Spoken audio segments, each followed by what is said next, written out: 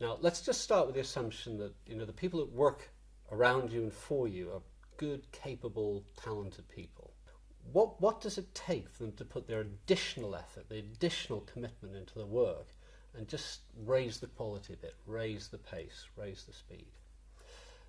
And the answer is that they'll follow you because you're their leader, not just their manager, their leader. Now, the question then is, what does it take for them to commit to you as their leader? There are two key issues that we need to consider. The first is that they'll follow you because they trust you. Now, what I mean by that is they trust your values, the sense of equity, the shared sense of holding similar values to you.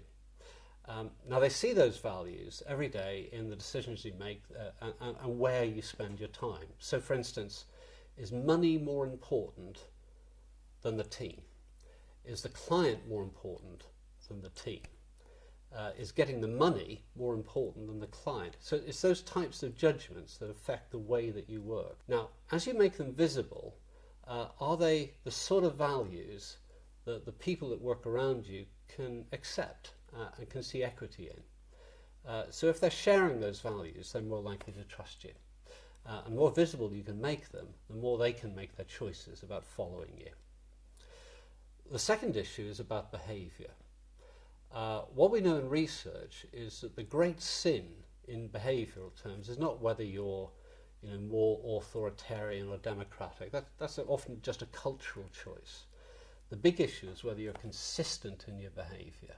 If your behaviour is inconsistent, what it means is that the people that work for you can't read how their effort relates to your response because your behaviour is inconsistent.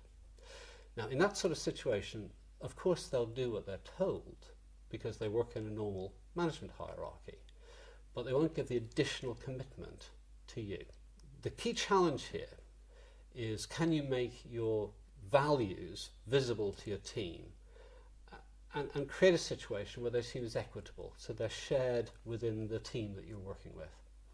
The second challenge is, if you're having a bad day, can you behave in a way that's consistent towards them to allow them the predictability of your response versus their effort?